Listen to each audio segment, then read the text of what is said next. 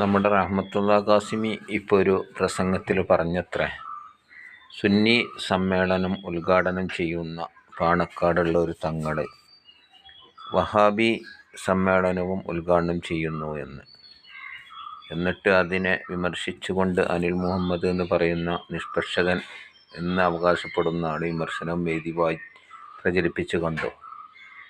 എന്നാൽ ഈ സുന്നി പണ്ഡിതന്മാരെന്ന് പറയുന്ന സുന്നി തങ്ങന്മാരെന്ന് പറയുന്നവരെ വഹാബികളെങ്ങനെ ഉദ്ഘാടനത്തിന് വിളിക്കുമോ?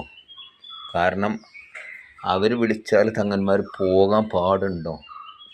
ഇവിടെ ആലോചിക്കുകയാണെങ്കിൽ ഇവിടെ കേരളത്തിലെ ഏറ്റവും വലിയ ഷിർക്കിൻ്റെ കേന്ദ്രം അത് പാണക്കാട് കുടുംബമാണെന്ന് പാണക്കാട് മുഹമ്മദ് അലി ശിഹാബ് തങ്ങളെ ചുറ്റിപ്പറ്റി നിന്ന് ഫോട്ടോ എടുത്ത് കണ്ട് എന്ത് ചെയ്തു?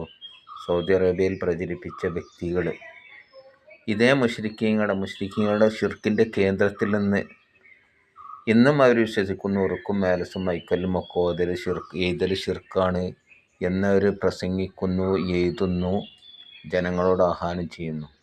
ഇത്തരം കടുത്ത മുശ്രിക്കീങ്ങളെ ഖുർആനിൻ്റെ എന്തെങ്കിലും ആവട്ടെ, ഖുർആൻ ക്ലാസ് ആവട്ടെ, മറ്റുള്ളതാവട്ടെ, എന്ത് കാര്യമാവട്ടെ, ഉദ്ഘാടനം ചെയ്യാൻ വേണ്ടി ഇവർ ക്ഷണിക്കുമ്പോൾ കൊണ്ടുവരുന്ന സദസ്സിലുള്ള അനുയായികൾ ഇവർക്ക് നൽകുന്ന ഒരു ബഹുമാനമുണ്ട് അല്ലേ?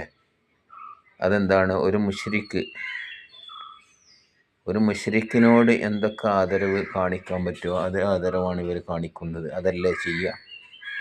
അല്ലെങ്കിൽ പുറത്ത് കാണിക്കുന്ന ചിരിച്ച് കാണിക്കുന്നത് അതിന് ഇളി എന്ന് പറയും.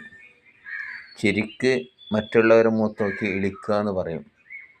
ഈ രൂപത്തിലല്ലേ പെരുമാറുന്നത് മഹാന്മാരായ പാണക്കാട് സാദാത്യങ്ങളെ സർവ്വരാരും ബഹുമാനിക്കുന്ന മഹാസെയ്തന്മാരെ കൊണ്ടുവന്നുകൊണ്ട് ഷിർക്കിൻ്റെ വക്താവെന്ന് മുദ്ര കുത്തിയ ആളുകളെ കൊണ്ടുവന്ന് ബഹുമതി അർഹിക്കുന്നു എന്ന് അവർ വിശ്വസിക്കുന്ന കാര്യങ്ങൾ ഉദ്ഘാടനം ചെയ്യുമ്പം അത് അവർ പോന്നതിൻ്റെ ശേഷം ഇവർ അവിടെ ചർച്ച ചെയ്യുന്നത് എന്താണ്? എന്തിനാണ് ഈ പച്ച മുശ്രിക്കിനെതിരെ കൊണ്ടുവന്നതെന്ന്. കാരണം സുന്നികൾ മുസ്ലിമീങ്ങളെ അല്ല, സുന്നി പള്ളികളൊക്കെ എന്താണ്? അമ്പലമാണെന്ന് പറഞ്ഞവരാണ് ഇവർ. എന്നതുപോലെ തന്നെ അവിടുത്തെ അമ്പലത്തിലെ പൂജാരി പോലെയാണ് ഈ പള്ളിയിലുള്ള ആളുകളെന്ന് പറഞ്ഞവരാണ്. പാണക്കാട് ഉറുക്ക് ഐക്കല്ല് പോലത്തെ നടത്തുന്നത് കൊണ്ട് അത് ഷിർക്കിൻ്റെ കേന്ദ്രമാണെന്ന് പ്രചരിപ്പിച്ചവരാണ്. ഇതൊക്കെ നമ്മൾ മനസ്സിലാക്കണം.